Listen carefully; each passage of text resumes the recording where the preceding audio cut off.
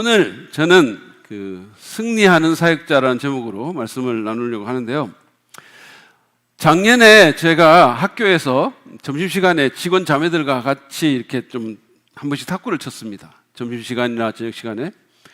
제가 왜 그 자매들과 탁구를 쳤을까요? 우리 학교에는 교수님들 중에 탁구 잘 치는 분이 계십니다. 총장님, 김택수 총장님 탁구 엄청 좋아하시고 잘 치고 다른 교수들도 있는데 왜 제가 동료 교수들과 안 치고 직원 자매들과 탁구를 쳤을까요? 이유는 이기기 위해서예요. 교수들과 치면 지고 직원 자매들과 치면 물론 질 때도 가끔씩은 있지만 거의 이기기 때문입니다. 그리고 이기면 기분이 좋기 때문이에요. 여러분, 이기는 거는 참 좋은 일입니다. 지는 거를 좋아하는 사람은 아무도 없어요. 예전에 제가 미국에 있을 때 그때 텍사스 주지사 선거에서 그 당시에 텍사스는 사실은 공화당이 강한 주인데 그 당시에 민주당이 이겼고 여자 주지사가 됐는데 그 여자 주지사가 당선이 되고 나서 처음으로 한 말이 뭐냐면 그 수많은 지지자들 앞에서 만면의 미소를 지으면서 승리는 너무 달콤하네요 이렇게 얘기하더라고요. 너무 스윗하다고. 사실은 이기는 것보다 좋은 게 어디 있습니까? 저는 오늘 2023년도 사랑 믿는 교회의 사역자로 헌신한 우리 형제 자매들이 올 한 해 사역에서 승리를 경험하시기를 원합니다. 개인적으로도 팀적으로도 목장이나 부서의 공동체적으로도 승리를 경험하시기를 원합니다. 아까 우리가 팀장들이 각 사역팀의 승리가 무엇인지를 읽었거든요. 그런 일들이 일어나면 여러분이 이기는 거예요. 그런데 사역팀뿐만 아니라 개인으로서도 우리는 승리하는 사역자가 되기를 원합니다. 어떻게 그렇게 될 수 있을까요? 저는 오늘 고대 달리기 경기의 이미지를 갖고 영적 승리에 대해 설명하고 있는 히브리서 12장 1절부터 3절의 말씀을 통해서 승리하는 사역자가 되는데 필요한 3가지 교훈을 함께 나누기를 원합니다. 첫 번째로 우리는 사역에 방해가 되는 것들을 제거해야 승리하는 사역자가 될 수 있습니다. 우리가 섬기고 사역하는데 방해 요인을 없애야 된다는 겁니다. 히브리서 기자가 1절 상반절에서 이렇게 얘기합니다. 그러므로 이거 성경 띄워주세요. 네, 우리 같이 한번 읽을까요? 시작. 그러므로 이렇게 구름대와 같이 수많은 증인이 우리를 둘러싸고 있으니 우리도 갖가지 무거운 짐과 얽매는 죄를 벗어버리고. 이 히브리서 기자는 당대의 고대 그리스의 육상 선수들을 생각하면서 그 경기를 생각하면서 이 권면을 했을 겁니다. 그들은 경기장에서 아무것도 입지 않고 달렸다는 거예요. 참 이게 상상하기 힘든데 아무것도 입지 않고 달리기 경주를 했다는 거예요. 이건 사실은 지금도 거의 마찬가지죠. 여러분, 달리기 경주에 나가는 사람이 사진 보여주시죠. 이런 옷을 입고 앙드레 김 패션쇼에 나가는 사람들이 입는 이런 옷을 입고 경주하는 사람은 아무도 없습니다. 이거 얼마나 방해가 되겠어요? 이렇게 뛴다면. 그런 선수는 아무도 본 적이 없을 겁니다. 선수들은 몸에 딱 붙는 셔츠하고 러닝 셔츠하고 팬티 한 장만 걸치고 뜁니다. 그죠? 그것도 가능하면 저항을 줄이고 어떻게든 그렇게 하기 위해서 최고의 공법으로 그런 옷들을 만들잖아요. 최고로 가볍게. 무거운 것과 얽매는 것을 벗어버리고 경주에서 승리하기 위해서 그렇게 하는 거죠. 마찬가지로 우리 사역자들도 모든 방해 요인들을 벗어버려야 합니다. 그러면 우리 그리스도인 사역자가 벗어버려야 할 것이 뭡니까? 먼저는 죄라는 거예요. 죄를 벗어야 돼요. 우리는 죄와 더불어서 사역의 경주를 달릴 수는 없습니다. 설사 달린다고 해도 그는 실패할 것입니다. 히브리서 기자가 그 죄를 얽매는 것이다 이렇게 얘기했어요. 죄는요, 우리를 얽맵니다. 죄의 그립이 굉장히 강한 거예요. 그래서 우리의 자유로운 경주를 방해합니다. 죄에 빠져보신 분들은 알 거예요. 그 죄는 우리를 쉽게 놓아주지 않습니다. 그게 어떤 죄든 간에. 탐욕의 죄든지 분노의 죄든지 또는 음행의 죄든지 죄에 빠지면 그게 우리를 쉽게 놓아주지 않아요. 여러분, 파리가 끈끈이 주걱에 다가갔다가 그 밥이 되는 거 보신 적 있으세요? 파리가 그 맛을 보기 위해서 그 식물에 가까이 갔다가 그만 끈끈이에 날개가 닿고 말죠. 그러면 빠져나오려고 필사적으로 막 난리를 치죠. 그러나 그러면 그럴수록 끈끈이 주걱에 점점 더 접착이 되는 거예요. 점점점. 빠져나오려고 하면 할수록 점점점 그 안으로 들어가는 거예요. 나올 수가 없어요. 이게 바로 죄가 하는 일입니다.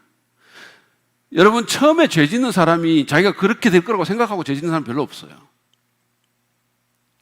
그냥 호기심에, 그냥 한번 쾌락이 좋아 보여서 그 죄에 들어가죠. 또는 뭐 육신의 정욕대로 들어가죠. 근데 그 그립이 그 사람을 꽉 쥐고 놓아주지를 않는 거예요. 죄는 우리의 사역을 방해합니다. 저는 그 큰 교회에서 성가대 남녀가 엄청 많잖아요. 찬양대 사역을 하는 가운데 종종 스캔들이 생긴다는 얘기를 들었어요. 그래서 우리 교회에서 찬양대 안 하는 거예요. 물론 이건 농담인데, 여러분, 제가 말하는 포인트는 뭐냐면, 그런 죄가 있는데 그 사역이 승리가 오겠습니까? 그 죄 가운데서 그 사역자들이 승리할 수 있겠어요? 그러므로 우리는 그 죄를 벗어버려야 되는 거죠. 왜냐하면 죄가 사역자를 얽매고 어렵게 만들고 사단에 끌려다니게 하는 겁니다. 하나님께서 어떻게 그런 사람에게 승리를 주시겠어요? 우리는 올 한 해 2023년도 사역자로 헌신하면서 죄를 벗어버리겠다라고 결단해야 됩니다. 사실은 날마다 그렇게 해야 돼요. 여러분이 벗어버려야 할 죄는 뭡니까? 쉽게 얽매는, 사람마다 좀 다른데 쉽게 얽매이는 죄가 무엇입니까? 탐욕입니까? 교만이나 증오입니까? 독단이나 분노입니까? 음란이나 성적 문제입니까? 거짓말이나 험담입니까? 그게 뭐든 간에 우리는 그것을 벗어던지는 훈련을 해야 됩니다. 날마다 자신을 살피고 죄가 있다면 요한일서 1장 9절의 말씀처럼 그 죄를 자백하고 돌이켜야 합니다. 만약에 혼자서 그 죄를 처리하기가 힘들다면 영적인 멘토나 부모의 도움을 구하여서라도 그렇게 해야 되는 거예요. 여지를 남겨놓지 말고 완전히 벗어버려야 됩니다.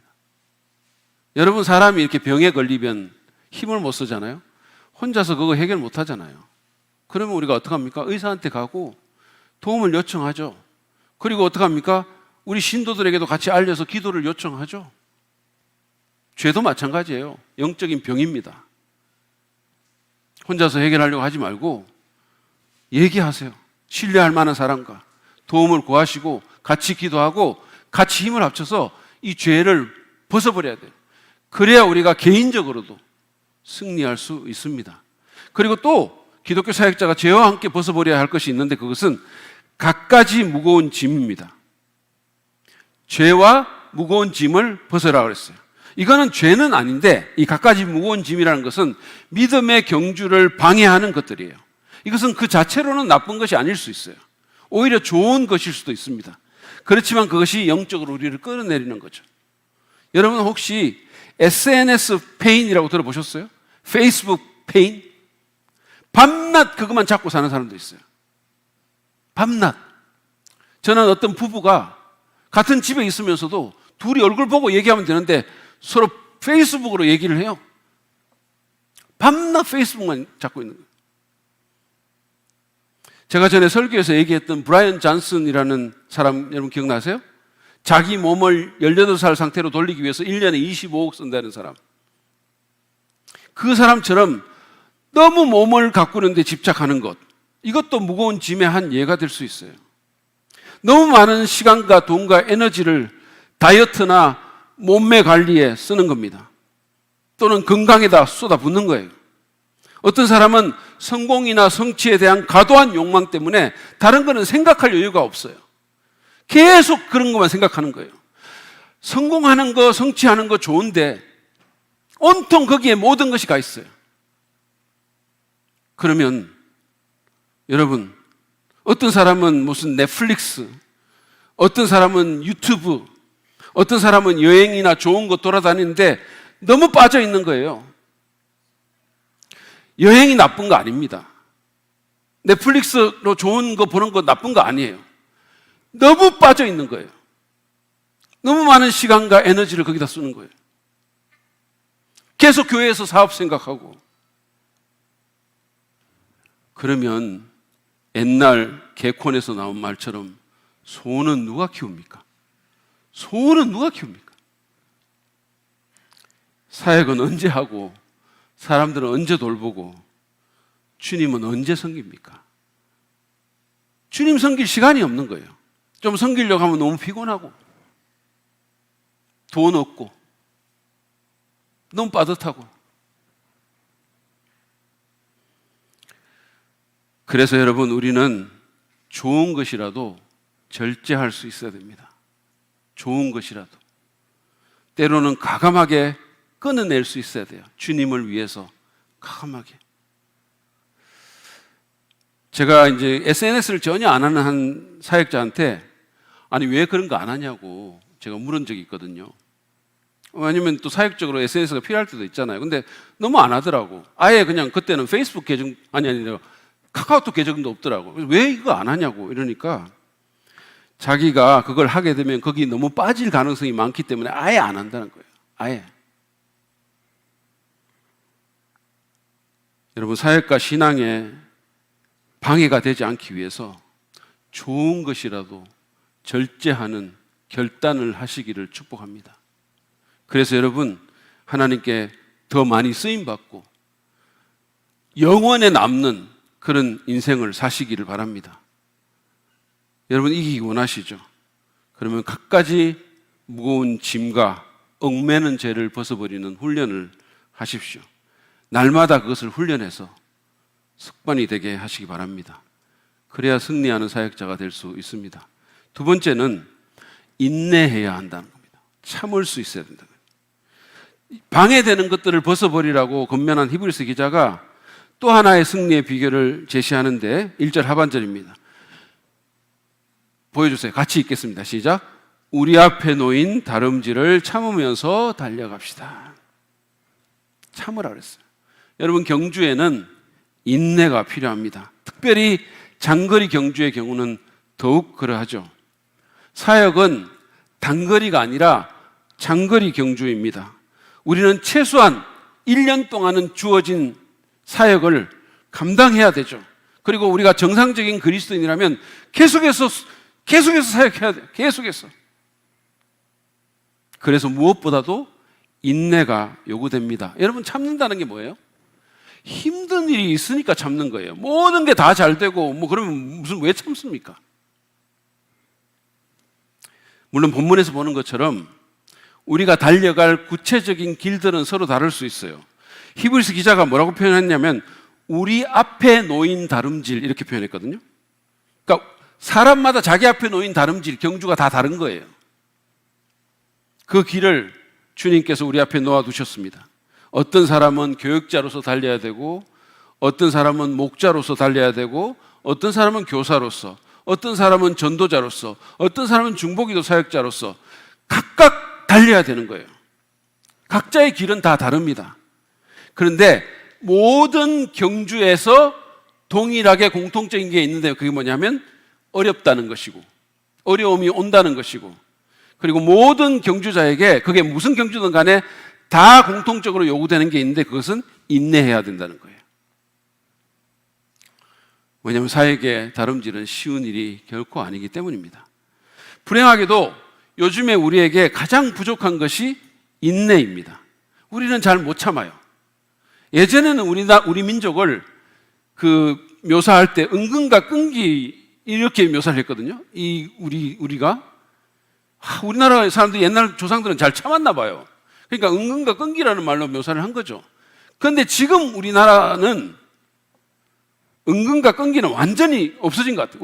우리를 대표하는 말이 뭔지 아세요? 빨리빨리예요. 빨리빨리.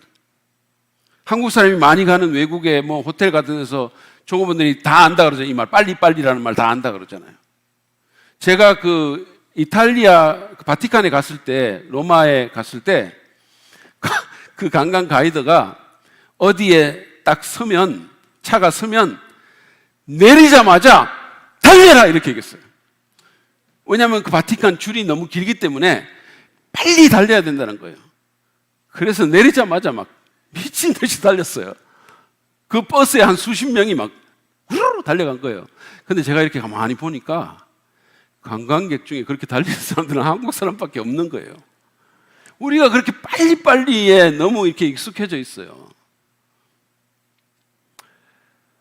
우리나라 사람뿐만 아니라 사실은 모든 현대인들이 이 참는 능력이 예전과는 비교가 안 된다고 해요. 필립 얀시가 예전에는 여러분 한번 생각해 보세요.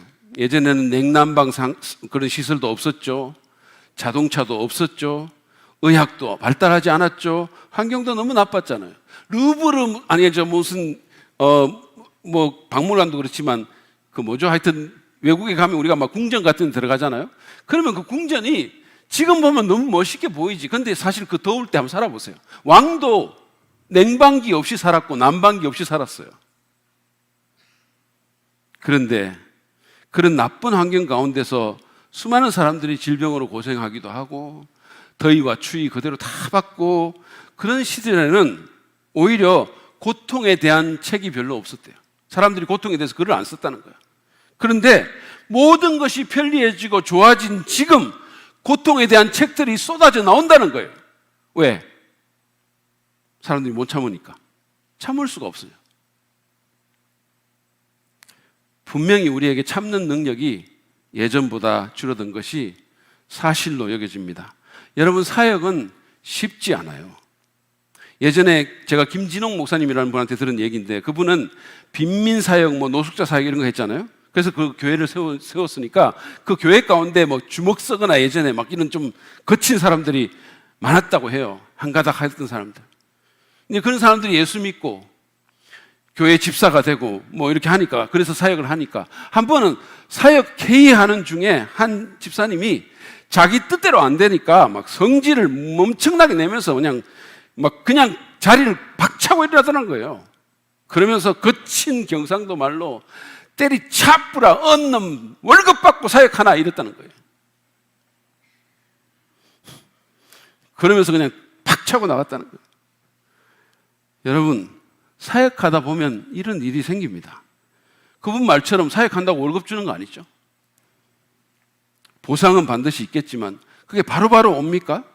갈등이 생길 수도 있고 오해받을 수도 있고 마음 상할 수도 있고 누가 알아주지 않는 그런 일들이 생길 수 있습니다. 나는 열심히 했는데 오히려 결과가 안 좋고 오히려 그것 때문에 사람들한테 비난을 받을 수도 있어요. 그러므로 우리가 참는 법을 배우고 훈련해야 되는 거예요. 사람이 어른이 되는 그 특징 중에 하나가 뭐냐면 어른이 될수록 더 잘 참는다라는 거예요. 성숙한 사람들은 더 잘 참는 거예요. 사도 바울 여러분 생각해 보세요. 사도 바울이 사역하면서 얼마나 많은 어려움을 겪었습니까? 굶주리고 자지 못하고 조롱당하고 매맞고 감옥에 갇히기 일쑤였죠. 사실 이 사람은 그런 일을 겪을 필요가 없는 사람이에요. 탑 클래스였었어요. 그 당시에 최고의 지성인이었고 장래가 보장된 사람이었었어요. 세상의 최고의 엘리트였습니다. 근데 그 사람이 하나님께서 맡기신 사명을 수행하느라 그 모든 어려움을 당한 겁니다. 근데 그런 문제와 어려움 속에서 저는 개인적으로 생각해요. 맞고 못 자고 이런 것도 그 사람한테 정말 힘들었겠지만 어떤 면에서 보면 자존심, 자기가 옛날에 잘 나갔는데 세상에서 대접받고 바깥에 나가면 전부 이랬는데 무시받고 이러면 얼마나 자존심 상했겠어요? 얼마나 힘들었겠습니까? 그 성질 죽인다고.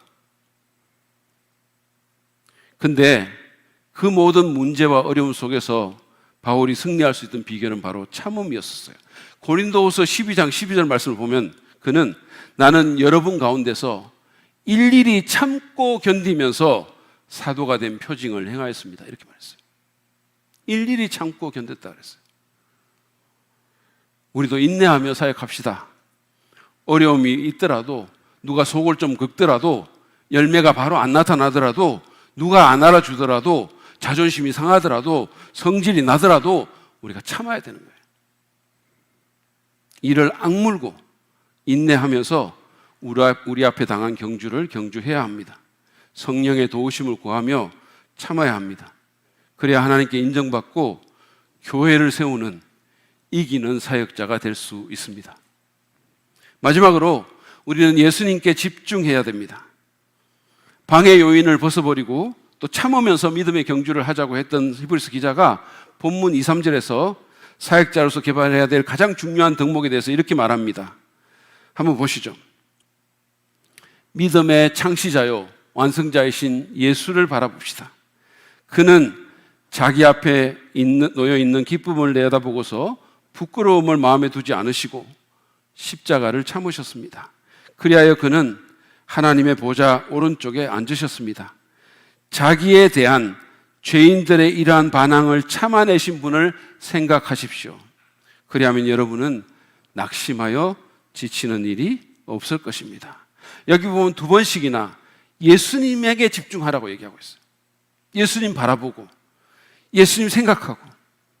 여기서 바라보자라는 것은 한 번 보고 말리는 게 아니라 계속해서 진행형 계속 보자는 거예요. 그러기 위해서는 주님께 시선을 고정시키는 훈련을 함으로써 집중하는 습관을 개발해야 됩니다. 히브리서 기자가 이 구절에서 우리가 집중해야 될 예수님을 뭐라고 표현했냐면 믿음의 창시자요 완성자다 이렇게 얘기했어요. 예전 성경에 보면 믿음의 주요 온전케 하시는 이 이렇게 얘기했는데 여기서 믿음의 주 또는 창시자로 번역된 헬라어 단어가 뭐냐면 아르케곤이라는 단어거든요. 근데 이 아르케곤은 개척자, 선구자 이런 의미로 번역되는 단어입니다. 그러니까 예수님이 믿음의 주요, 믿음의 창시자라는 말은 예수님이 우리 그리스도인이 따라야 될 믿음의 길을, 사역의 길을 개척하셨다라는 뜻이에요. 그분이 개척하셨다는 거예요. 그뿐만이 아니죠. 그분은 그 믿음의 완성자입니다. 온전케 하시는 분이십니다. 그분이 이 믿음의 길을 끝까지 걸어가신 분이에요. 그분이 개척하셨고 그분이 끝까지 걸어가셨어요. 요즘 말로 하면 종결자가 되신 거죠. 여러분, 우리가 예수님에게 집중해야 되는 것은 이분이 그런 측면에서 우리의 모델이 되시기 때문이에요. 그분은 사역에 임하셨고 끝까지 종결하셨어요. 믿음을 가지고 계속 그 길을 가신 거죠. 예수님은 가장 어려운 사역을 견디고 승리하신 분이십니다. 2절 하반절에서 3절에 이런 말씀하신 것처럼 그분은 사람들의 반항과 십자가의 수치와 그 엄청난 고난을 견뎌내시고 사역의 다름질을 마치신 분이세요. 그러므로서 마침내 아버지의 뜻을 이루고 영혼들이 구원받게 하셨고 아버지의 보좌 우편에 앉는 기쁨을 경험하신 분이십니다. 우리가 이 예수님을 바라보고 이 예수님에게 집중한다면 우리는 그분에게 힘을 받을 수 있고 그분을 점점 닮아갈 수 있는 거죠. 그분에게 집중하면 힘을 받고 제가 아침에 설교한 것처럼 공급받고 그리고 그분을 닮아가는 그런 일이 있다라는 말씀입니다. 여러분 믿기 힘드시겠지만 제 제자들, 신학교의 제자들 중에 또 우리 후배들 중에 저를 모델로 삼고 저를 닮으려고 하는 사람들이 있어요. 제가 이런 사람입니다. 제가 어떤 책에도 썼는데 한 제자는 제가 파마한 것이 멋있어가지고 자기도 파마를 한 친구가 있어요. 근데 보니까 솔직히 별로더라고. 저는 사실은 원래 멋있기 때문에 멋있는 거지 파마를 해서 멋있는 게 아니잖아요. 저를 이렇게 계속 보면서 제가 머리 하는 대로 그 친구도 머리하고 제가 설교하는 대로 설교하고. 제가 지금 자랑하고 있는 겁니까? 조금 그런 것 같긴 해요. 근데 아니 이런 얘기를 하는 거죠. 자기가 설교를 했는데 어디서 설교를 했는데 사람들이 이재기 목사님 설교하는 거하고 닮았네요. 이렇게 얘기를 하더라는 거예요. 그래서 자기가 너무 좋았다고 그러는 거예요. 왜? 계속 나를 봐왔으니까.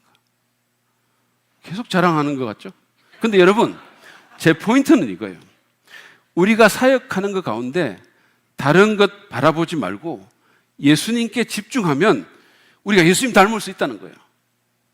닮게 된다는 거예요. 그리고 그분의 지혜와 능력으로 사역할 수 있게 될 것입니다. 여러분, 풍랑 이는 바다에 인류 최초로 발을 디딘 그 베드로 아시죠? 그 사람은 예수님 바라보는 동안에는 그 바다 위를 걷는 엄청난 역사가 있었어요. 근데 시선을 떼자마자 겁에 질려서 물에 빠졌습니다. 그 베드로를 생각해 보세요.